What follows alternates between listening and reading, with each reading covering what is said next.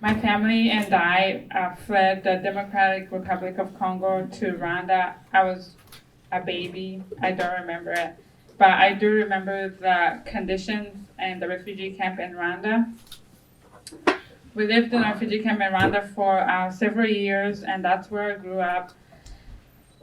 We had limited water, limited food, public transportation, no transportation, public bathrooms, and by bathrooms I don't mean toilet, public little holes, public showers, and by showers I don't mean running water, just an area designated for showering where you bring your own water. So the reason why my family decided to live in a refugee camp is because as a refugee, if you take the decision to live in a refugee camp, there's a small chance that you might be resettled in a new home. So it's worth the risk to some people because they might get resettled in a new home. So my father decided to take that chance, and by God's grace, we were resettled in June 2003 in Grand Rapids, Michigan, and we haven't left, so we obviously love it here. I decided to work hard in school despite the language barriers and prove to myself that I can do it. So I went through school with so much ambition, and I started doing well, and I eventually enrolled at Grand Valley State University. I had no idea what I wanted to major in. I still had high doubts about my level of knowledge and academic. So to prove myself, something I was very unsure of, I wanted to major in English because I told myself if I graduate, that means I speak English. And I'm the best. 2 weeks after I got the car that I wanted, I got into a horrific car accident. And that was February 20th of 2019. It's about to be a year. During that car accident, it was severe that I should have died on the spot.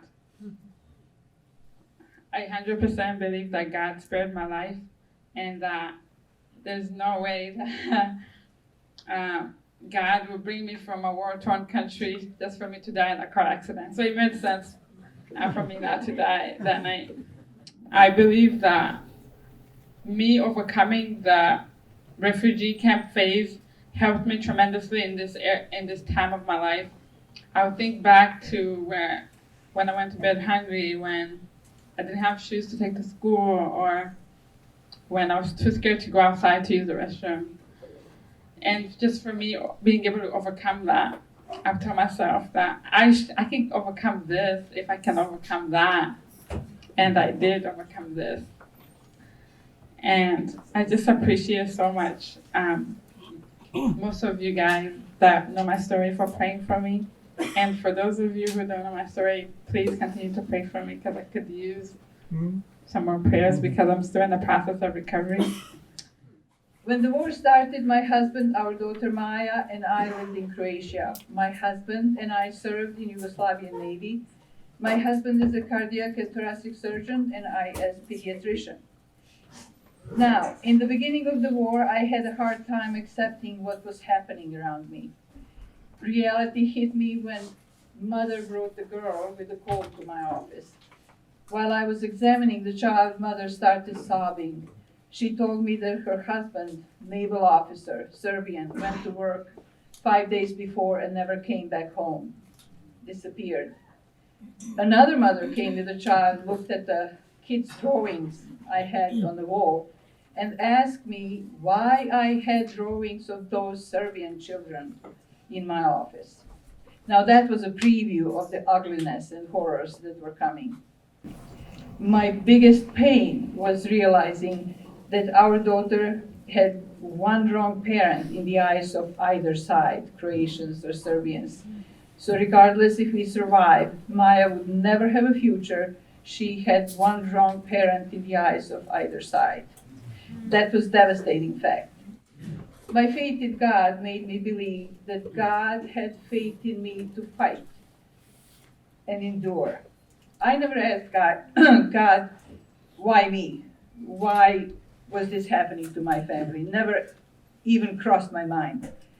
I never prayed to God to save me, to save my family. In my mind, that would mean I was asking God to do work for me.